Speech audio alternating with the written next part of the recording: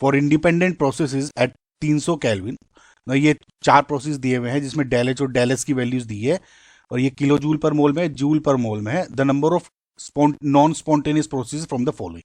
अब देखिए non spontaneous का एक सिंपल उसूल रहता है, और स्पॉन्टेनियस में देखिए डेल जी जो आपकी होती है, अगर ये लेस देन 0 है तो प्रोसेस आपका स्पॉन्टेनियस है। डेल जी अगर इक्वल टू 0 है तो प्रोसेस इज एट इक्विलिब्रियम, और डेल जी अगर ग्रेटर देन 0 है तो it means it is a non spontaneous.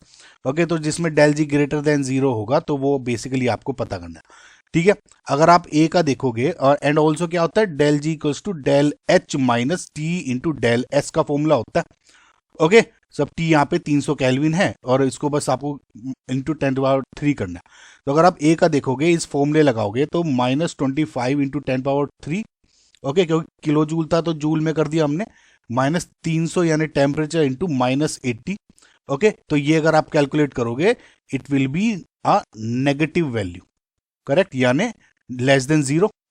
B का देखोगे सिमिलरली तो -22 इंटू 10⁻23 -300 इंटू 40, और this will be up negative value again, यानी लेस देन 0। इसको जब आप कैलकुलेट करोगे तो देख लेना आप।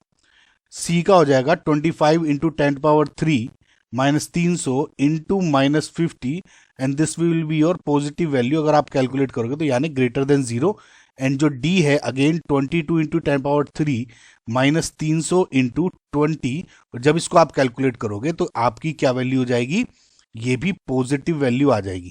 ओके, तो इसका मतलब ग्रेटर देन 0। नॉन स्पॉन्टेनियस पूछा था, यानी शुड बी ग्रेटर देन 0। इसका मतलब ये सी एंड डी आपके नॉन स्पॉन्टेनियस प्रोसेस है, और नंबर पूछा था यानी आंसर विल बी 2।